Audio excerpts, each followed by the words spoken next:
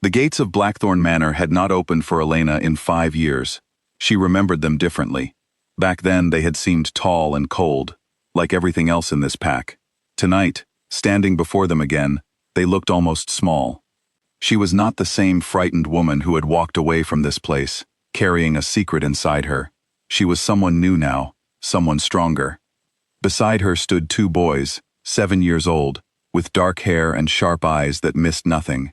They held her hands, one on each side, calm and unafraid. Anyone who looked closely could see the truth in their faces. They had the same jaw, the same proud posture, the same quiet strength that belonged to only one bloodline in this territory. They were Alpha-born, and everyone who saw them would know exactly whose sons they were. Inside the manor, Alpha King Damien Voss sat at the head of a long table, surrounded by pack elders who had grown tired of waiting. The succession crisis had become the only topic anyone spoke of. Damien was strong, respected, and unmarried, and without an heir, the council threatened to hand leadership to a rival bloodline. He had spent 5 years telling himself he had made the right choice long ago. Every night, that belief grew a little weaker.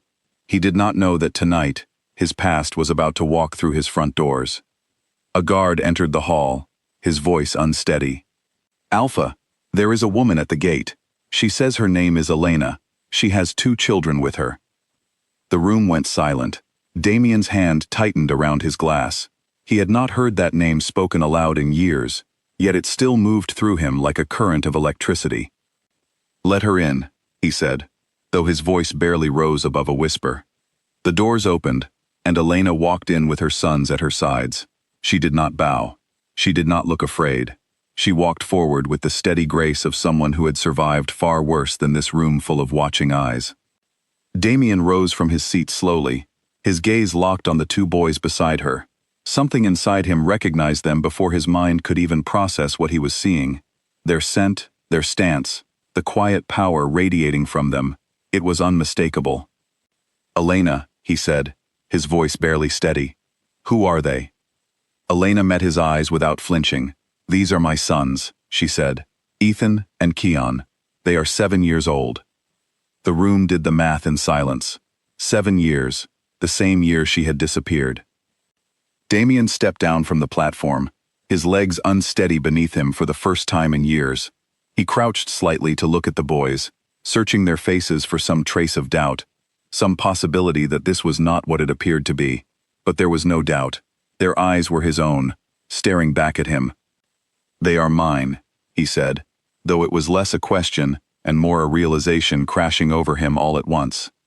Elena did not answer immediately. She let the silence speak first, let him sit with the weight of what he was seeing. Then she said quietly, "They are." The council members began to whisper among themselves, already calculating what this meant for the future of the pack. Damien barely heard them.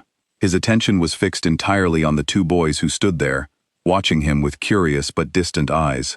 They did not run toward him. They did not smile. They looked at him the way one might look at an unfamiliar face in a crowd, polite but reserved. Then a man stepped through the doors behind them, tall and composed, his presence calm but protective. Damien recognized him instantly. Marcus.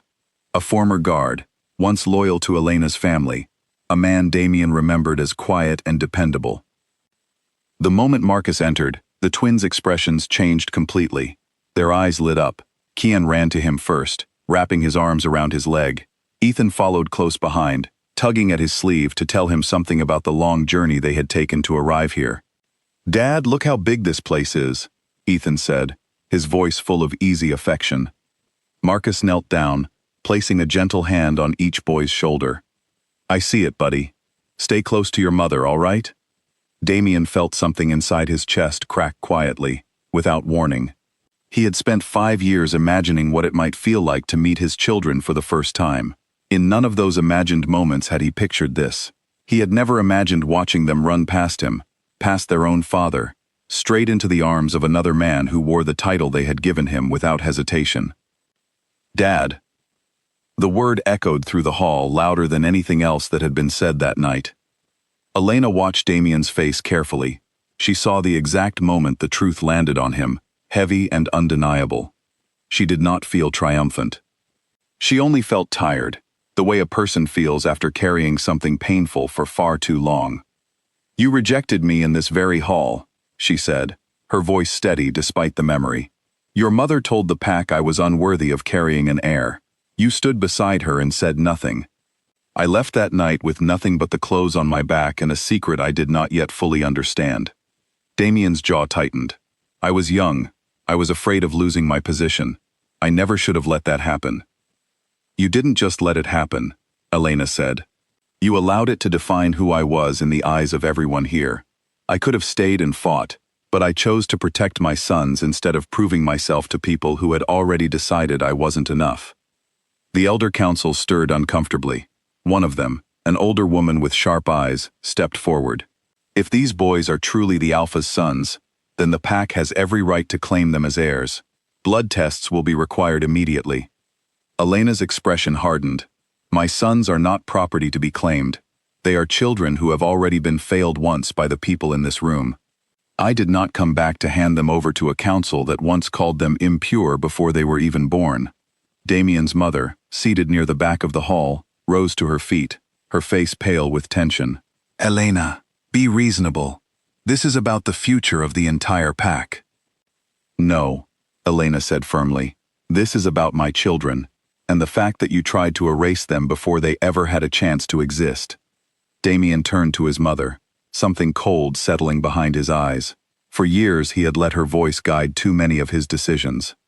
Tonight, watching his sons cling to another man's hand instead of his own, he understood exactly what silence had cost him. "Enough," Damien said, his voice carrying through the hall with unmistakable authority.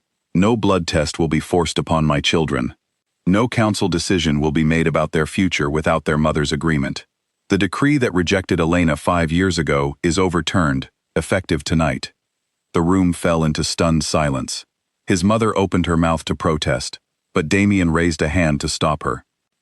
"I let fear make my decisions once," he said. "I will not do it again." Elena studied him for a long moment, searching for sincerity beneath his words. She had learned not to trust easily, not after everything the pack had put her through. But something in his voice sounded different than it had 5 years ago. It sounded like a man finally facing the truth instead of hiding from it. Later that evening, after the council had dispersed and the manor grew quiet, Damien found Elena sitting alone in the garden, watching her sons play a quiet game with Marcus nearby. He approached slowly, unsure of his welcome. "May I sit?" he asked. Elena nodded, though her guard remained up.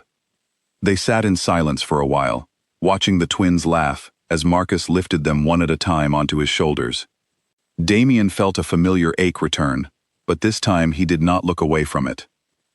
"I know I have no right to expect anything from them," he said quietly. "I wasn't there for a single day of their lives. Marcus was. He earned that title. I understand why they call him what they do." Elena glanced at him, surprised by the honesty in his voice. Most men in your position would try to erase him from their lives to make room for themselves. "I don't want to erase anyone," Damien said. "I just want a chance to be more than a stranger to them. Even if it takes years, even if they never call me what they call him." Elena considered his words carefully.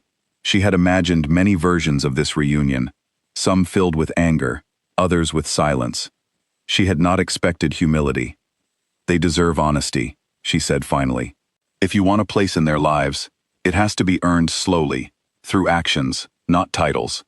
I won't force them to accept you, and I won't force them to reject you either. That choice belongs to them."